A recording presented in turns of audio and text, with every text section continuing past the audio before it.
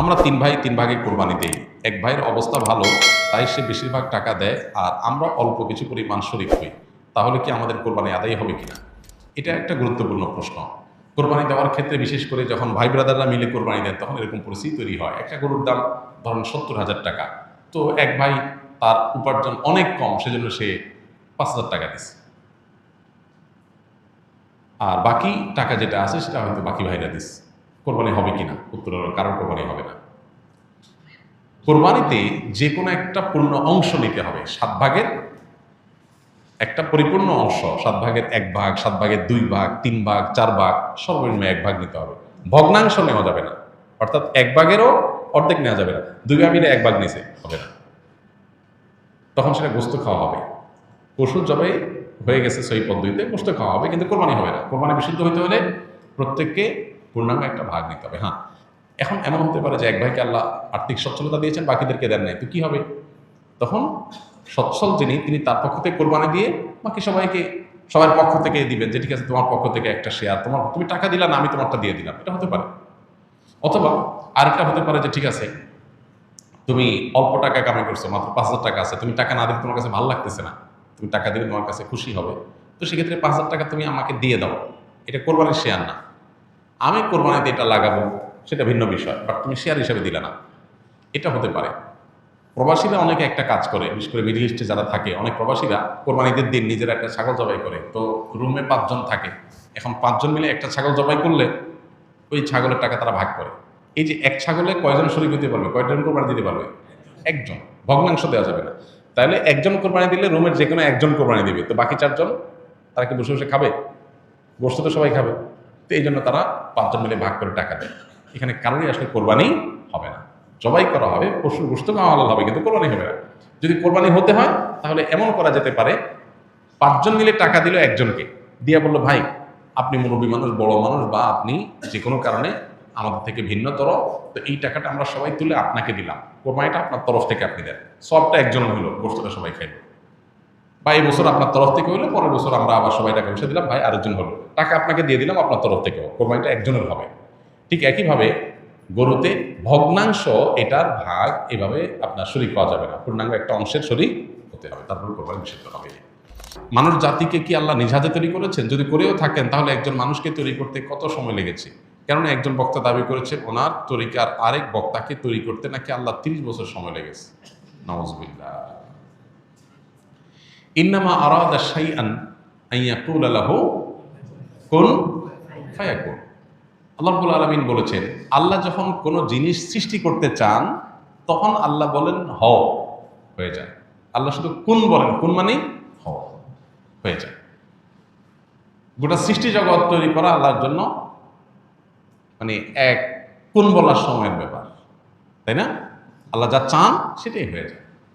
এরপর আল্লাহ তাআলা এই নবমণ্ডল এবং ভূমণ্ডল, এই মহা সৃষ্টি আল্লাহ তাআলা সৃষ্টি করেছেন 6 দিনে। যেটা আল্লাহ তাআলা কোন বললে হয়ে, যেটা 6 দিনে কেন করেছেন এটা নিয়ে অনেক আলাপ আছে। আল্লাহ তাআলা আগে একটা সৃষ্টি করেছেন, পরে একটা সৃষ্টি করেছেন। এখানে মানুষকে কাজের ধারাবাহিকতা, প্রত্যেকটা কাজ করার ক্ষেত্রে একটা সিস্টেমিক্যাল ওয়ে অবলম্বন করা, একটা ধারাবাহিকতা মেনটেন করা, কোনটা আগে কোনটা পরে, সে শৃঙ্খলা রক্ষা করে কাজ করা, এটার শিক্ষা দেওয়ার জন্য আল্লাহ তাআলা এই সময় নিয়েছেন। কিন্তু আল্লাহ তাআলার সময়ের প্রয়োজন নাই। যেখানে কোরআনে আল্লাহ তাআলা বলেছেন যে এই মহাসৃষ্টি নবমণ্ডল ভূমণ্ডল সৃষ্টি করেছেন আল্লাহ তাআলা 6 দিনে, সেখানে এক বক্তা সৃষ্টি করছে আল্লাহ 30 বছর লাগছে। আল্লাহর শানে এই ধরনের কথা বলা ঈমান যাওয়ার মতো বেয়াদবি, ভয়ঙ্কর কথা। যে আল্লাহর 30 বছর লাগছে, মানে উনি এত বড় হয়ে গেছে, ওনারা বানাইতে আল্লাহর 30 বছর লাগছে। নাউযুবিল্লাহ।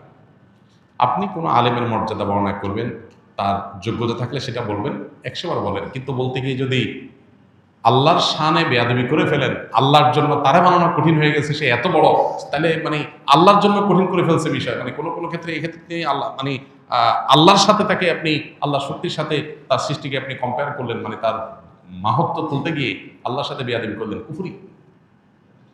কুফরি কথা, এই ধরনের কথা। আল্লাহ তাআলা আমাদেরকে হেদায়েত দান করুন।